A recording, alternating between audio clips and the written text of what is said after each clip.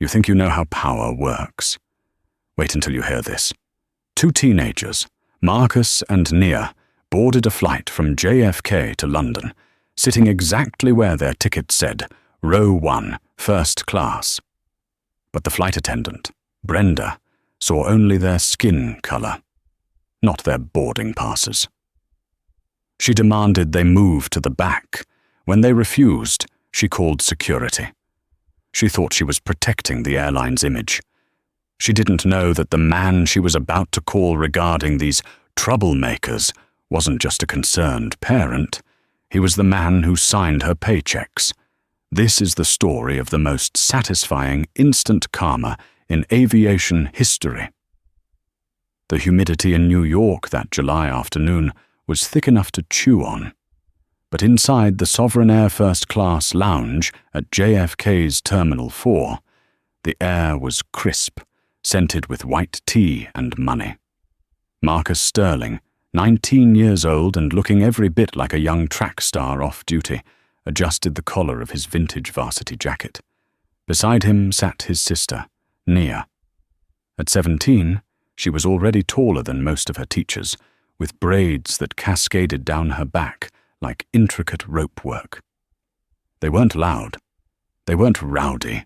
They were simply existing, sipping sparkling water and waiting for flight SA 902 to London Heathrow. "Stop bouncing your leg," Nia whispered, not looking up from her phone. "I'm not bouncing," Marcus lied, stopping his knee immediately. "I just want to get there. Dad said the driver is meeting us on the tarmac. Do you know how embarrassing it is to be picked up on the tarmac?" "It's better than waiting at baggage claim with the peasants," Nia joked, though her smile was tight. They both knew the drill. Being black and wealthy in America was a delicate dance. You had to be twice as polite, dress twice as well, and move half as fast to avoid scaring people. Their father, Elijah Sterling, was a name whispered in boardrooms from Wall Street to Dubai. He was the founder of Sterling and Associates, a private equity firm that had quietly acquired a controlling stake in Sovereign Air 3 months ago. It wasn't public knowledge yet. The merger was in the final, quiet period.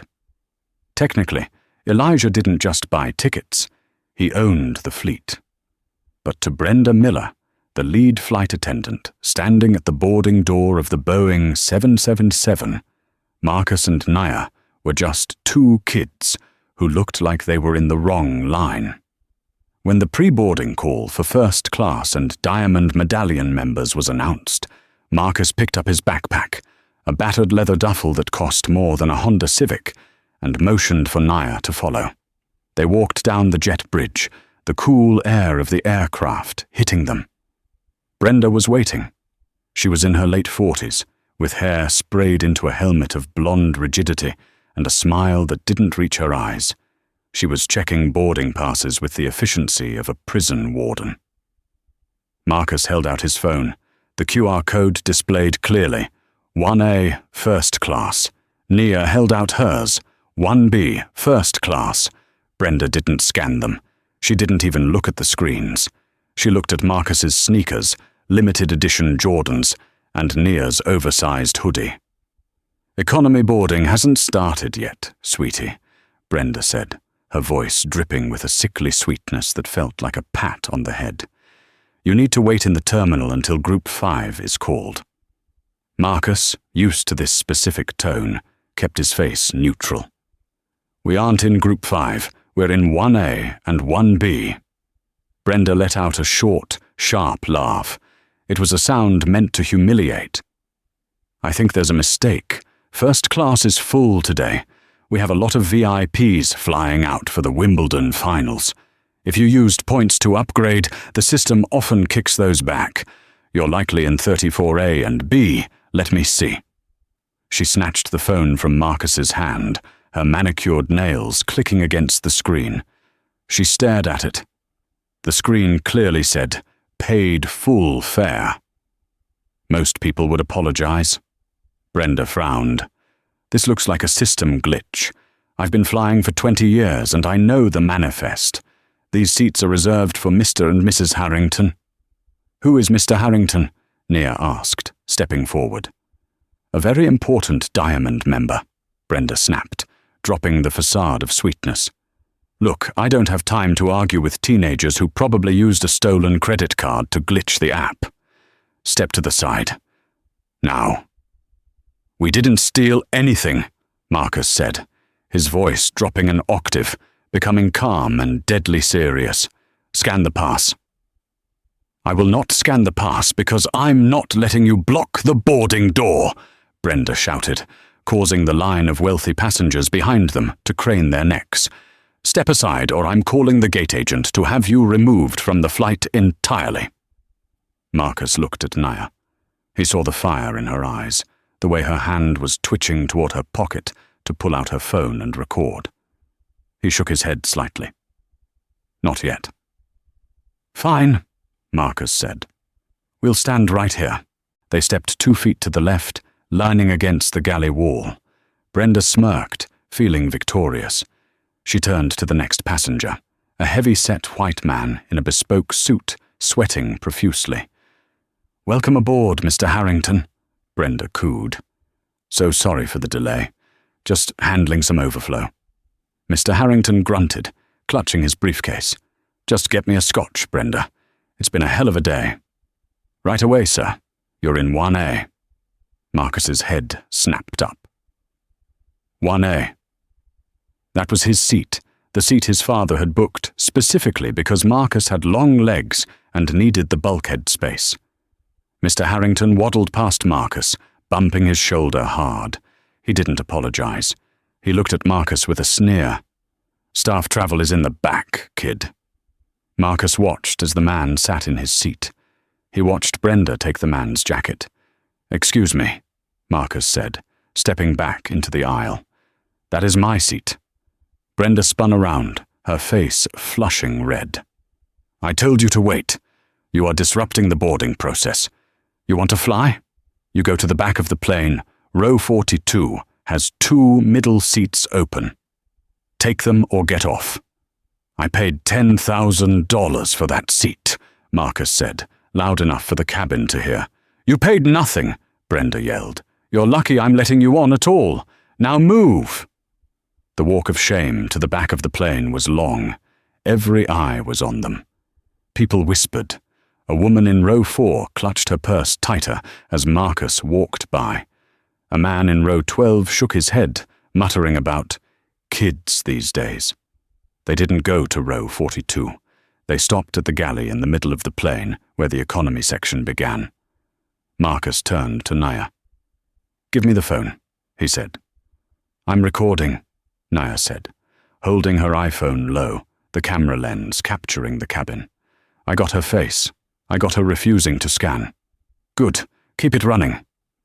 They stood there, blocking the aisle for a moment. A junior flight attendant, a young guy named Kevin, looked at them nervously. "Can I help you guys find your seats?" Kevin asked. He looked kind, but terrified of Brenda, whose voice could still be heard screeching from the front. "We have seats," Marcus said, showing Kevin his phone. 1A and 1B. Your boss just gave them to that guy." Kevin looked at the phone, then back at the front of the plane. His face went pale. Oh, wow. Okay. Look, Brenda she's the senior purser. If she says it's a glitch, she writes the report. If I go up there and argue, I'm on probation. But those seats are definitely assigned to you in the system. I have the iPad right here. Kevin tilted his company iPad. There in green were the names: Sterling M. Sterling N. "Why is she doing this?" Nia asked, her voice trembling with suppressed rage. "Harrington," Kevin whispered, looking around to make sure no one was listening. "He's a nightmare. He flies this route weekly. He usually demands an upgrade for his wife, but she's not here today. He probably complained about his assigned seat in 2A because the recline is broken. It's been broken for a week. Brenda didn't want to deal with his tantrum, so she gave him your seat because she assumed we were easy targets," Marcus finished.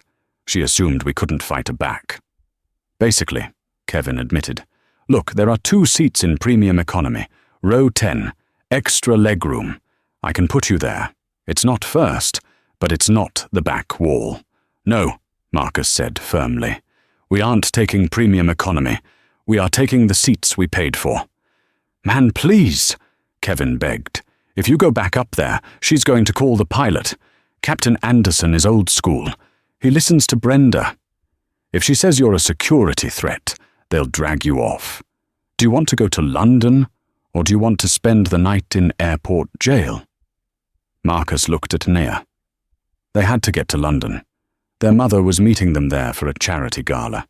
If they missed this flight, they missed the opening dinner. Fine, Marcus said, his jaw tight. We'll sit in row 10. For now. They settled into row 10. The seats were decent, but that wasn't the point. It was the principle. 10 minutes passed. The boarding door closed. The fasten seatbelt sign pinged on. Then, Brenda came walking down the aisle, doing her final cabin check. She stopped at row 10. She looked at Marcus and Nia, then she looked at Kevin, who was checking the overhead bins nearby. Kevin, Brenda barked. Why are these passengers in premium? I told them row 42. I moved them, Brenda, Kevin said, trying to sound authoritative. They were open seats. These are upgrade seats, Brenda hissed. They cost an extra $600. Did they pay the upgrade fee? They have first-class tickets, Brenda, Kevin snapped, losing his patience. They downgraded voluntarily. I don't believe they have tickets at all, Brenda said, loud enough for the passengers in row 10 and 11 to hear.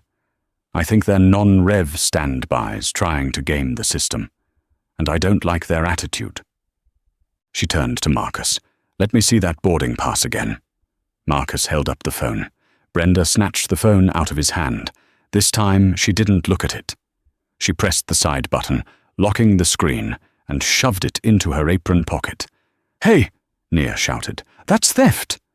It's evidence, Brenda said smugly. I'm confiscating this device until we land. It's a violation of FAA regulations to record crew members, and I saw your sister filming me earlier. Hand over her phone, too.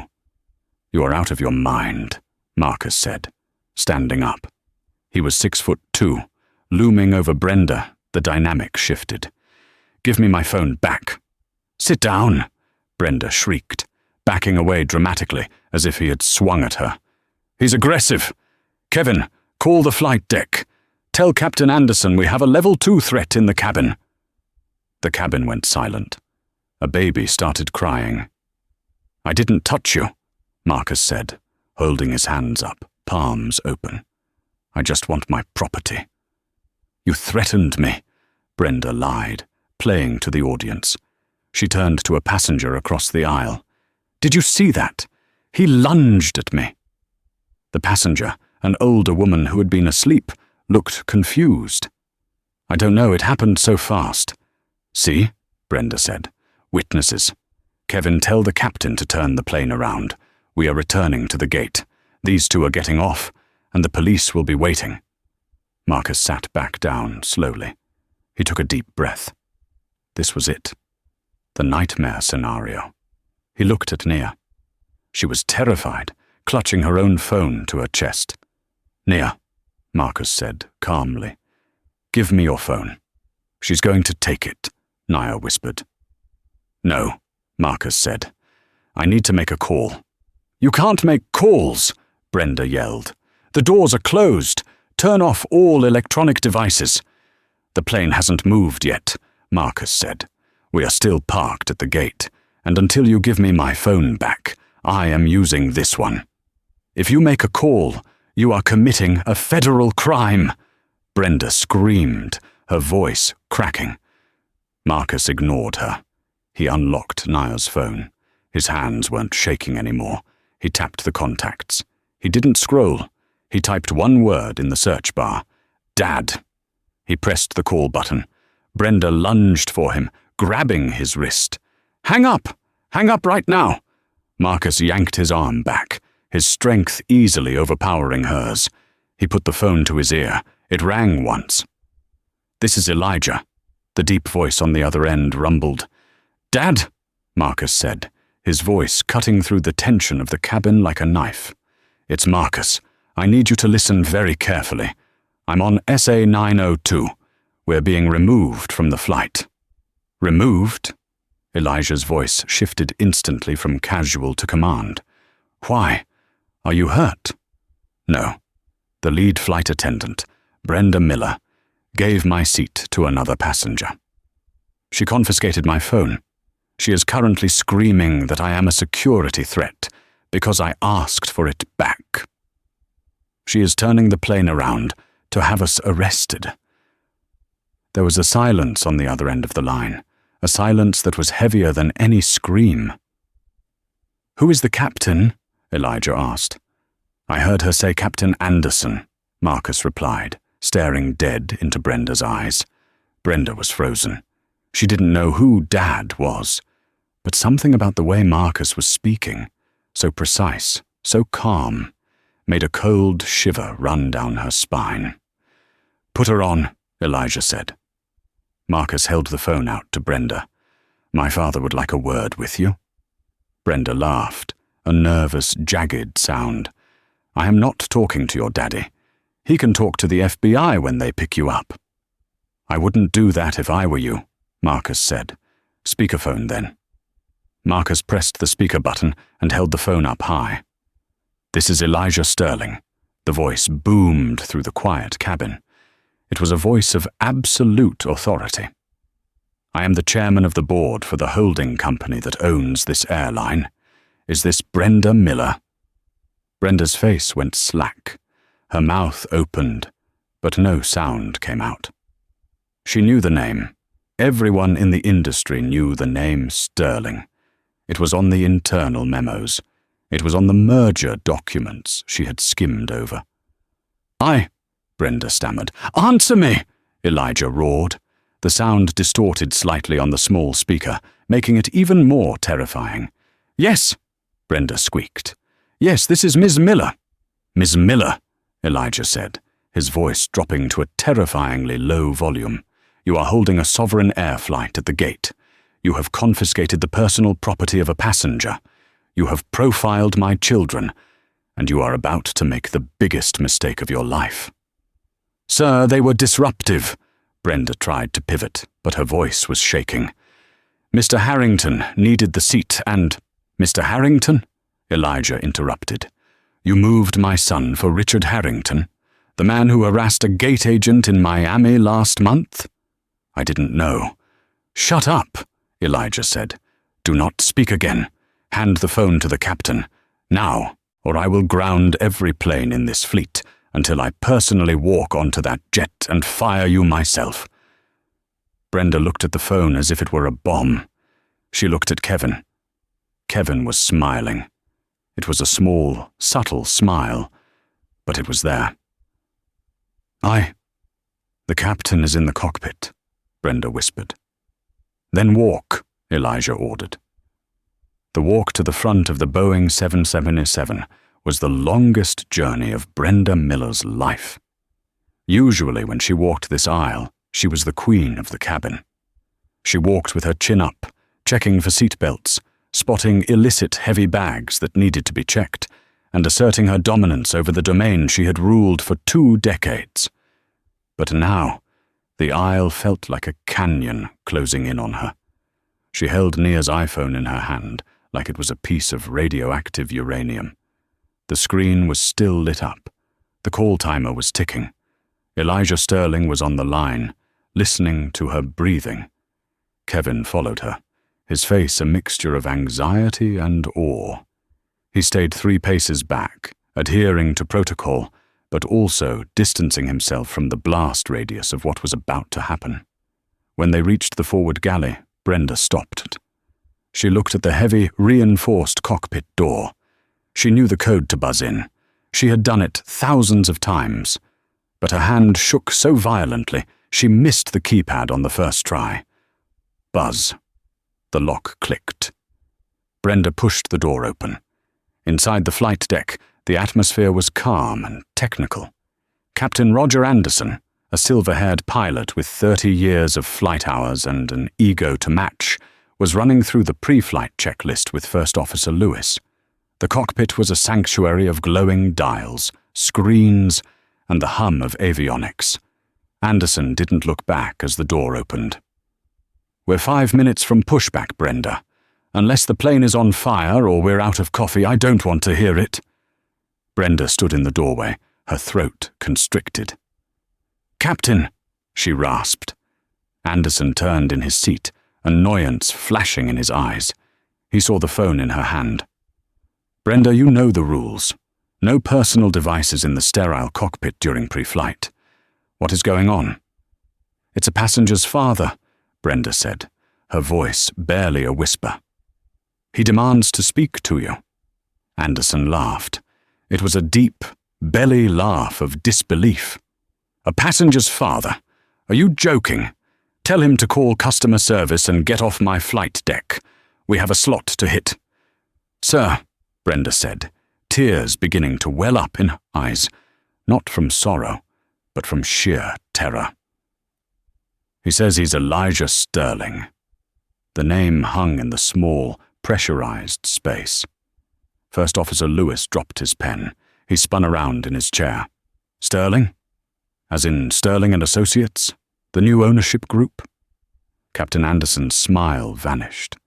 He was old school, meaning he didn't pay much attention to corporate memos, but he knew who signed the checks. He knew that the acquisition had been finalized just days ago. He looked at Brenda, really looked at her, and saw the color drained from her face. "Give me the phone," Anderson said, his voice steel. Brenda handed it over. Her hand brushed his. Her skin was ice cold. Anderson cleared his throat. He put the phone to his ear. "This is Captain Anderson. To whom am I speaking?" "Captain Anderson," Elijah's voice came through, clear and terrifyingly composed. "This is Elijah Sterling. I am currently looking at a live data feed of your aircraft, SA-902. You are parked at gate B32. Your transponder is set, and you are harboring a thief on your crew." Anderson bristled. He was a captain. He didn't like being talked down to. "Now hold on a minute, Mr. Sterling. If that is who you are, I don't take kindly to accusations. My crew are professionals." "Is that so?" Elijah countered. "Because my son, Marcus Sterling, and my daughter, Nia Sterling, are currently sitting in row 10 after having their paid first-class seats given away by your lead flight attendant. Furthermore, Ms. Miller has confiscated my son's phone and is threatening to have them arrested for security threats because they asked for it back. I want to know, Captain, is asking for one's stolen property considered a hijack threat on your ship?" Anderson looked at Brenda. His eyes narrowed. He covered the microphone with his hand. "Did you take the kid's phone?" Brenda swallowed hard. "He was recording me. It's a violation of—" "Did you take it?" Anderson barked. "Yes," Brenda admitted. "But he was aggressive. He lunged at me." Anderson uncovered the microphone. "Mr. Sterling, my purser tells me your son was aggressive and recording the crew. That is a violation of policy.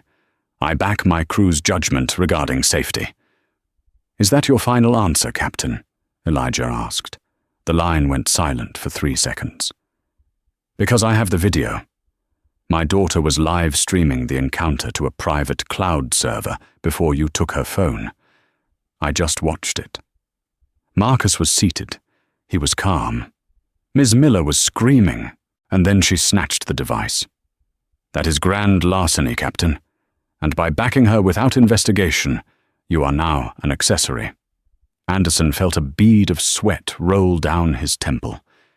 He looked at First Officer Lewis, who was frantically typing on the flight computer, checking the passenger manifest properly. Lewis turned the screen toward Anderson. There it was. 1A, Sterling, M, 1B, Sterling, N. And in the notes section, highlighted in red, VIP, Board of Directors Family. Anderson felt his stomach drop out of the bottom of the plane. Brenda hadn't checked the notes. She had just seen 2 black teenagers and assumed. And he, by blindly trusting her, had just walked into a minefield. Mr. Sterling. Anderson's tone changed instantly. It was no longer defensive, it was conciliatory. I was not informed of the passenger's identity. There seems to have been a breakdown in communication. There is no breakdown, Elijah said. There is a systemic failure of leadership on that plane. You are the captain. Everything that happens in that cabin is your responsibility.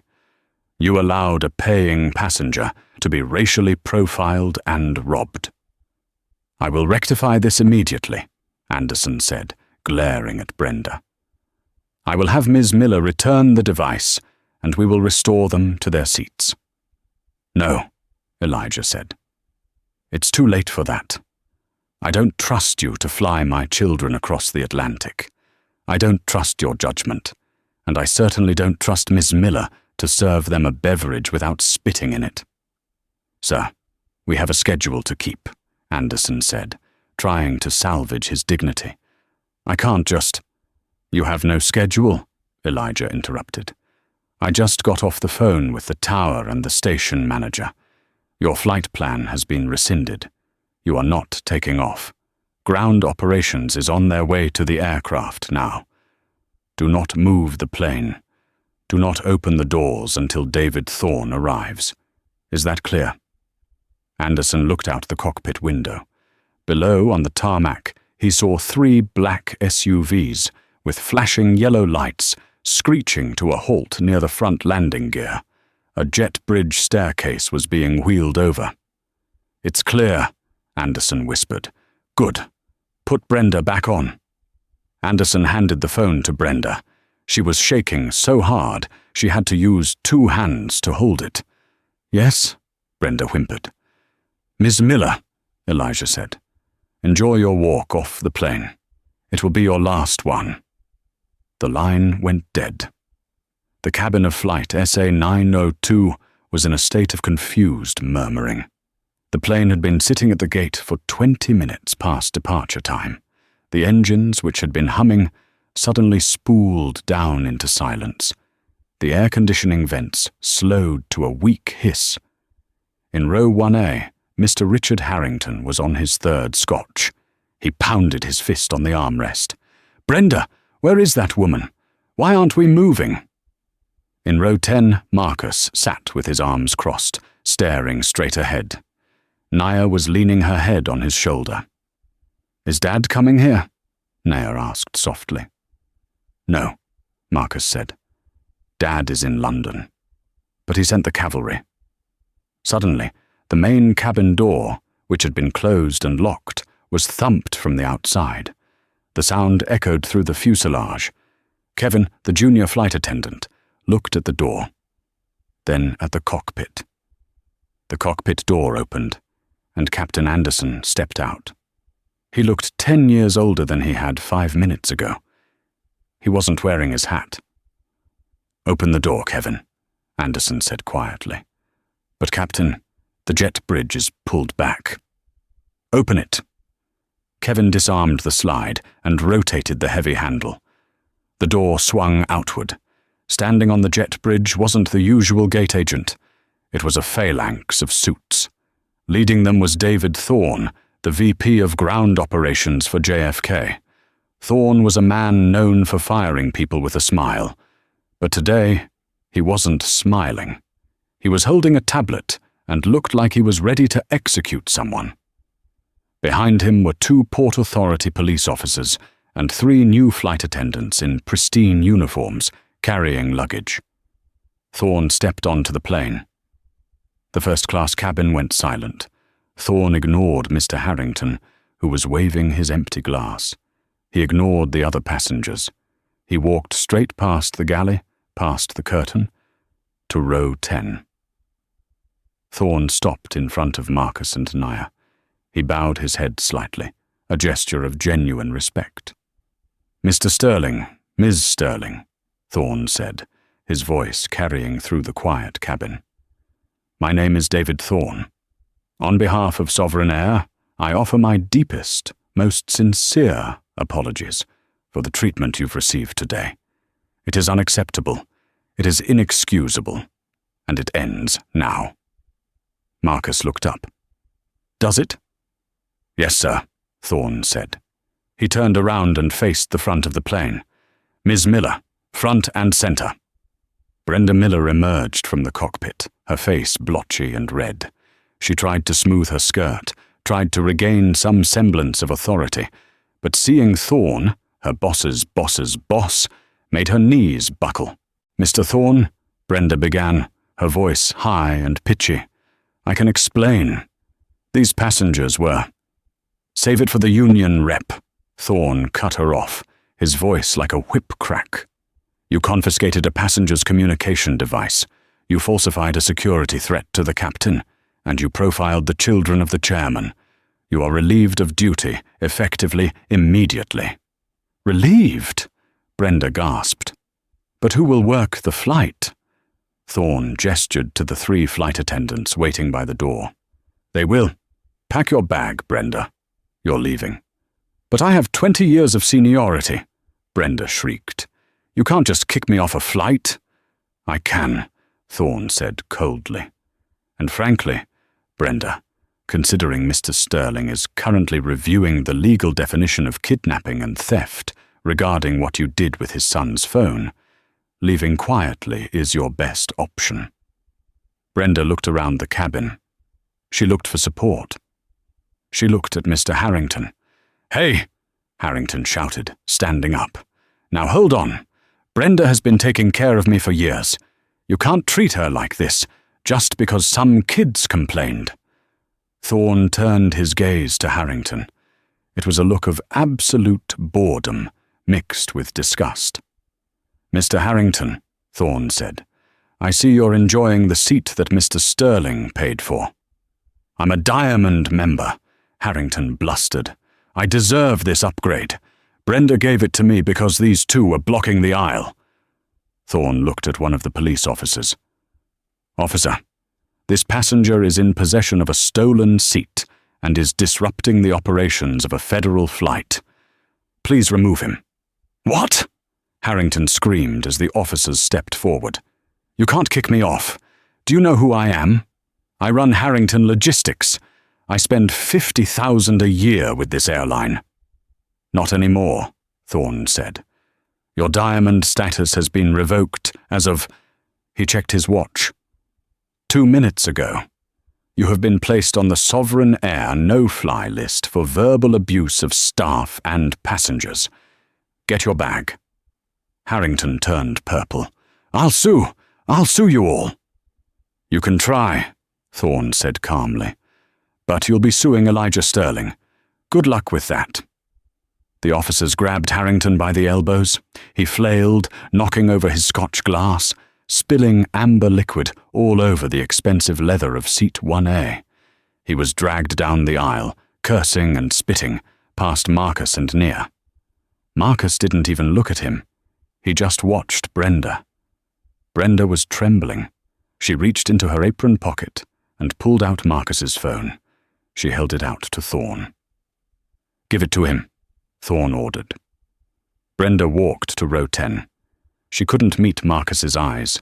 She held out the phone with a shaking hand. Marcus took it.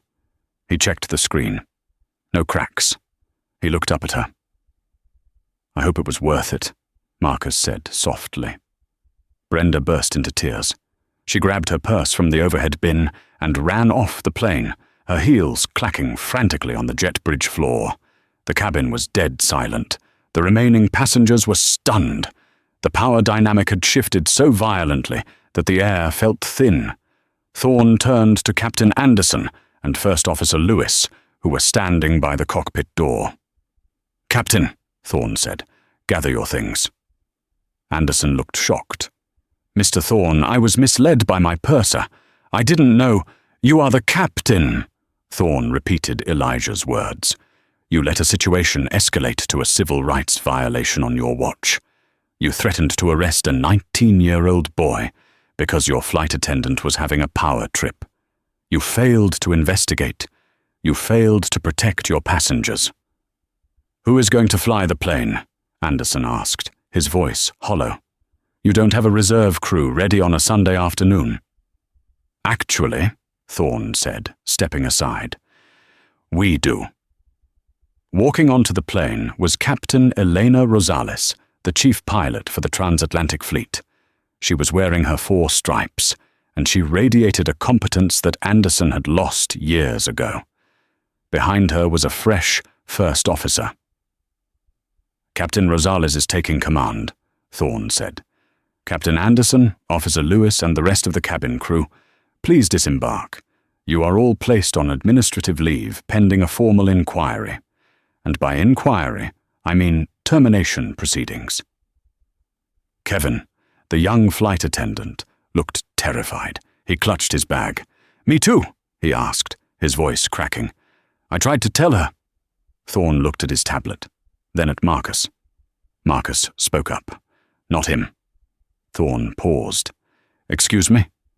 "Kevin," Marcus said, pointing to the terrified young man. "He tried to help us. He told Brenda to stop. He offered us seats in premium when she wanted to kick us off. He shouldn't be fired." Thorne looked at Kevin, studying him. Then he nodded. "Very well. Kevin, you stay. You're working first class today under the new purser. Consider this your promotion trial." Kevin looked like he might faint. "Thank you. Thank you." The rest of the crew, the other 2 flight attendants who had stood by and done nothing, shuffled off the plane, heads hung low, following Captain Anderson. It was a complete purge. Thorne gestured to the empty seats in row 1. "Mr. Sterling, Ms. Sterling, your seats are ready. We will have the cleaning crew replace the cushion Mr. Harrington soiled immediately." Marcus and Naya stood up. They picked up their bags. They walked past the rows of passengers who had judged them just 20 minutes ago. The lady in row 4 who had clutched her purse? She was now staring at her lap, terrified to make eye contact. The man in row 12? He was pretending to read a magazine upside down. They reached the front. Marcus sat in 1A. Naya took 1B.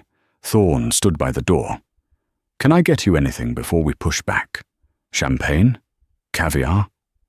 Marcus looked at the empty seat where Brenda had stood, then at the empty cockpit where Anderson had been. "Just a glass of water," Marcus said. "And maybe tell the new captain to make up for lost time. We have a dinner to get to." "Understood," Thorne said. "We'll get you there." The door closed. The fresh crew moved with military precision. 5 minutes later, the engines roared to life, a deeper, more powerful sound than before. As the plane taxied to the runway, Naya turned to Marcus. "You know," she whispered, "Dad is going to be insufferable about this." "I know," Marcus smiled, leaning back into the wide leather seat. "But for once, I'm glad he is who he is." The plane lifted off, leaving Brenda, Mr. Harrington, and the old crew standing on the tarmac, watching their careers disappear into the clouds.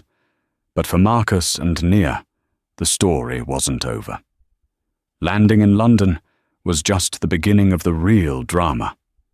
Because while the crew was gone, the video Nia had recorded was still on the cloud. And it was about to go viral. At 35,000 feet, the world is usually quiet. But thanks to the satellite Wi-Fi on the Sovereign Air Boeing 777, the world below was screaming, and the noise was starting to reach row 1. 2 hours into the flight, the adrenaline had worn off.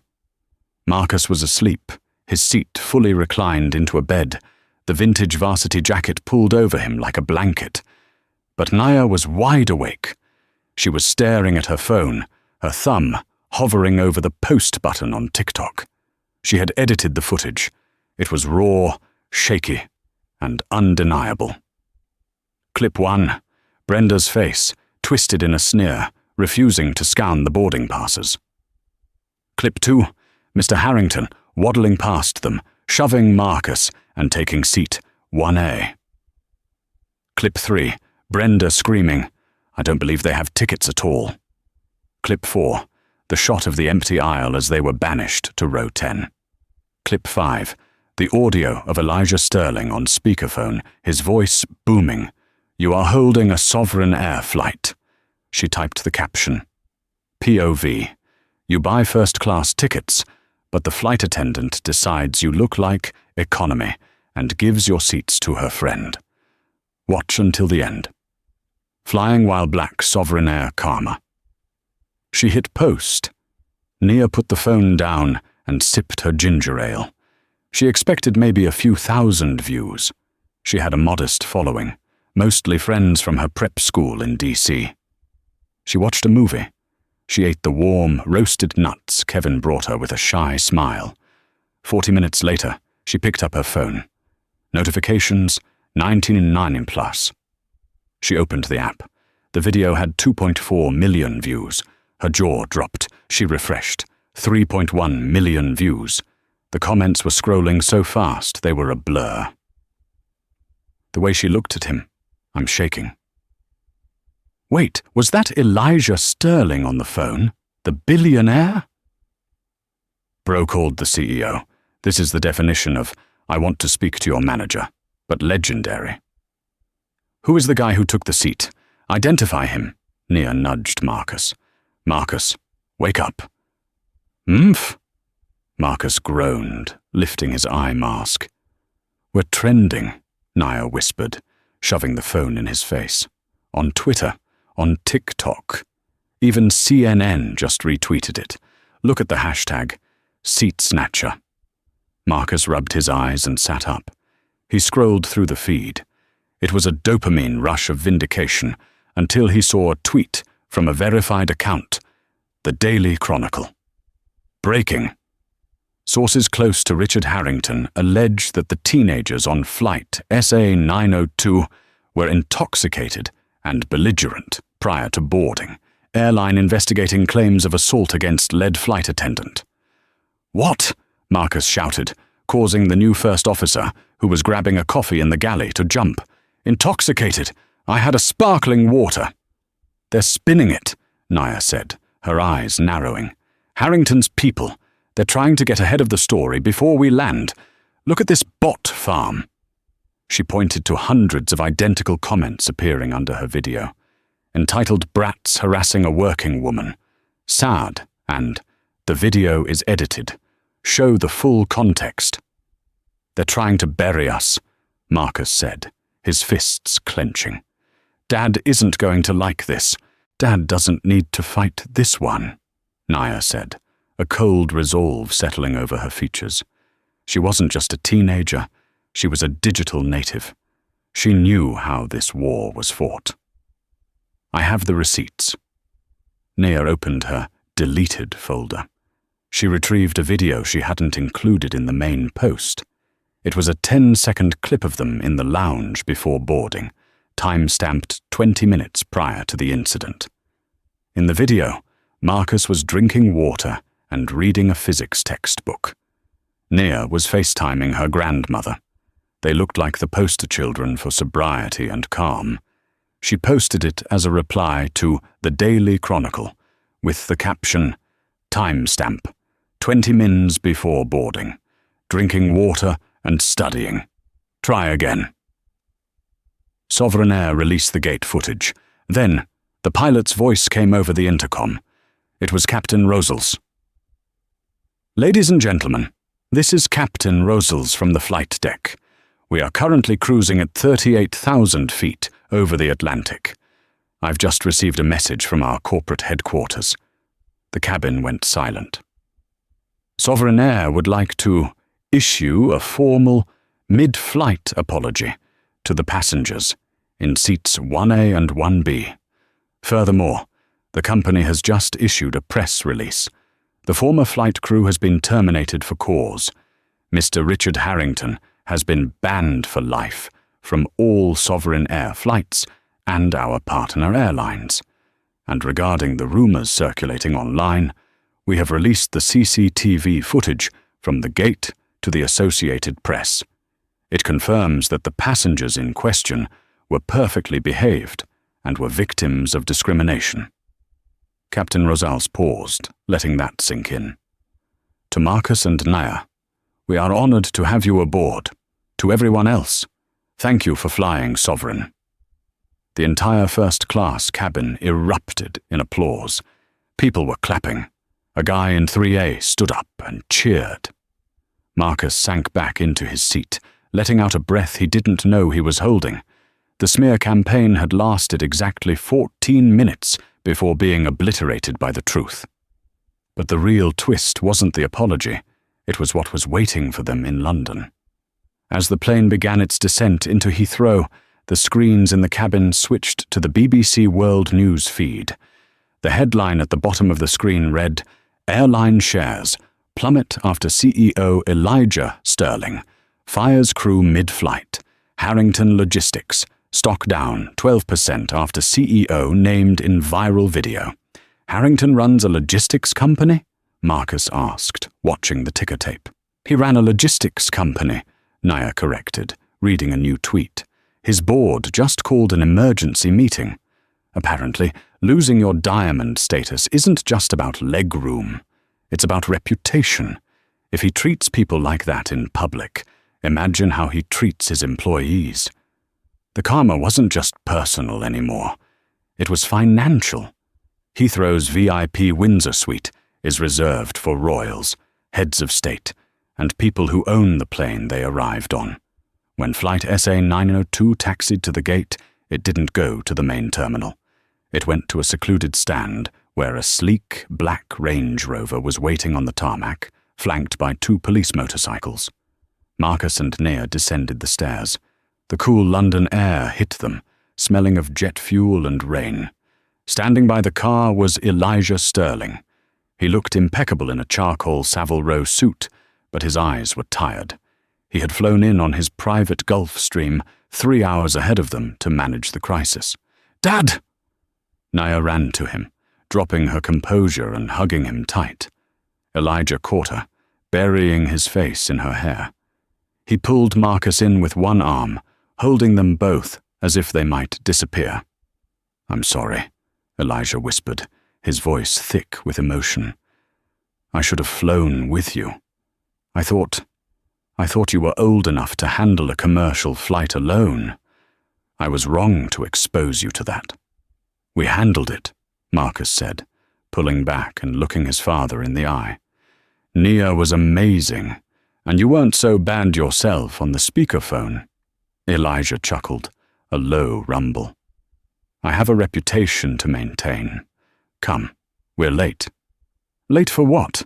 Naya asked. "We need to go to the hotel." "No time," Elijah said, opening the car door. "Your mother is already at the Dorchester. The gala starts in an hour, and we have to make an entrance." The drive into central London was a blur of wet pavement and city lights. Inside the armoured Range Rover, Elijah briefed them. "The gala tonight is the Royal Charity Ball for Children's Literacy," Elijah explained. "It's the highlight of the summer season. Everyone will be there. Dukes, duchesses, tech moguls, and Richard Harrington's wife." "She's there?" Naya asked, checking her makeup in the vanity mirror. "She's the co-chair of the committee," Elijah said grimly. "And she has been telling everyone in London that 2 thugs attacked her husband and got him banned from his flight. She doesn't know you're my children. She just knows you're the problem that ruined her husband's week. So we're walking into a trap," Marcus said. "No," Elijah corrected, adjusting his cufflinks. "We are walking into a lesson. Tonight, you aren't just high school students. You are Sterlings. And we are going to teach London high society that money doesn't buy manners, but lack of manners can certainly cost you money." The Dorchester Hotel's ballroom was a sea of silk, diamonds, and black ties. The air hummed with the polite murmur of the British elite. At the centre of the room stood Lady Victoria Pembroke, a tall, severe woman in emerald green, and beside her, Cynthia Harrington. Cynthia was blonde, brittle, and currently holding court with a glass of champagne, playing the victim. "It's just dreadful," Cynthia was saying to a group of bankers. "Richard is stranded in New York. He said the airline has been taken over by woke activists. He was removed so some diversity hires could take his seat. Can you imagine?" The group tutted sympathetically. "I intend to speak to the sponsor," Lady Victoria said, sniffing. "I heard the new primary donor for the charity is that American equity firm. I shall tell them we do not appreciate their airline's conduct." Suddenly, the room went quiet. The heavy double doors at the top of the grand staircase swung open. The master of ceremonies struck his gavel. "Ladies and gentlemen, please welcome the platinum benefactor of tonight's event, the chairman of Sterling and Associates, Mr. Elijah Sterling, and his family." Cynthia Harrington froze. Her champagne glass tilted dangerously. Elijah stepped out. He looked like a king. On his right was his wife, calm and regal in gold. On his left were Marcus and Nia. Marcus wore a tuxedo that fit him like armor. Nia wore a deep blue gown that shimmered like the night sky. They didn't look like thugs. They looked like royalty. They descended the stairs. The silence was deafening. Every person in the room who had seen the viral video recognized them instantly. The thugs were the children of the man paying for the party. Elijah walked straight through the crowd. The sea of people parted. He headed directly for Cynthia Harrington and Lady Victoria. Cynthia looked like she wanted to vomit. She looked for an exit, but she was hemmed in by curious onlookers. "Mrs. Harrington," Elijah said. His voice was warm, but his eyes were cold as ice. "I don't believe we've met. I'm Elijah Sterling." I, Cynthia stammered. "And these," Elijah gestured to his side, "are my children, Marcus and Nia. The diversity hires your husband met at JFK." A gasp rippled through the circle. There must be a misunderstanding," Cynthia tried to backtrack, her face flushing a deep, ugly red. "Richard said they were aggressive." "We have the video, Mrs. Harrington," Nia said sweetly. "Would you like me to airplay it to the main screens? The projector is right there." Cynthia paled. "No, that won't be necessary." Lady Victoria, realizing the wind was blowing in a different direction, tried to intervene. "Mr. Sterling, surely this is a private matter. We are here for the children." "Indeed we are," Elijah said, "which is why I found it troubling that your co-chair's husband believes it is acceptable to abuse children traveling alone. It made me wonder if this committee shares those values." "Absolutely not," Lady Victoria said quickly, physically stepping away from Cynthia. "Good," Elijah said, "because Sterling and Associates is doubling its donation tonight to £5 million, provided, of course, that the board reflects the values of inclusivity and respect. I would hate to think my money was being managed by enablers." Lady Victoria turned on Cynthia with the speed of a viper. "Cynthia, perhaps you should step out. You look unwell." Cynthia looked around. The bankers who had been sympathizing with her were now staring at their shoes or looking at the Sterlings with admiration. She was a pariah. "I'll leave," Cynthia whispered. She set her glass down and hurried toward the exit, her heels clicking on the marble, a solitary figure of defeat. Marcus watched her go. He didn't feel triumph. He just felt tired. "Was it worth it?" he asked his dad quietly. "Humiliating her?" "We didn't humiliate her, son," Elijah said, placing a hand on Marcus's shoulder. "She humiliated herself by defending the indefensible. All we did was turn on the lights. The orchestra began to play. The tension broke. People swarmed them, eager to shake Elijah's hand, eager to meet the famous siblings. A waiter passed by with a tray of hors d'oeuvres. It was Kevin. Marcus did a double take. Kevin? The young flight attendant was wearing a tuxedo, looking sharper than he ever had in his airline uniform. He winked at Marcus. "Mr. Thorne works fast," Kevin whispered as he offered Marcus a slider. "He transferred me to the London private service team. Triple the pay. No Brenda." Marcus laughed, grabbing a slider. "Glad to have you, Kevin." Nia pulled out her phone. She took a selfie of herself, Marcus, and Kevin with the ballroom in the background. She posted it to Instagram. Caption, "From row 10 to the Royal Gala. The real ones always win." Kevin's sky-high sterling standard. As the music swelled, Marcus looked at his sister, then at his father, who was laughing with a duke. He realized that while money was power and influence was a weapon, the strongest thing they had was each other. They had faced a dragon at 30,000 feet and slain it without throwing a single punch. But the story wasn't quite over, because in the shadows of the ballroom, a journalist from The Times was watching. He had just received a tip about Richard Harrington's business dealings, a tip sent from an anonymous email address that looked suspiciously like it came from the Sovereign Air IT department. The flight was over, but the crash landing for Mr. Harrington was just beginning. And that is how a simple power trip turned into a corporate execution. Brenda lost her career, Harrington lost his reputation, and the Sterling family proved that you never, ever judge a book by its cover, or a passenger by their hoodie. It's a harsh lesson in karma. When you try to push someone down, make sure you check who is standing behind them first. If you enjoyed this story of justice served cold, smash that like button, subscribe to the channel, and hit the bell so you never miss a story. And tell me in the comments, what would you have done if you were in Marcus's seat? See you in the next video.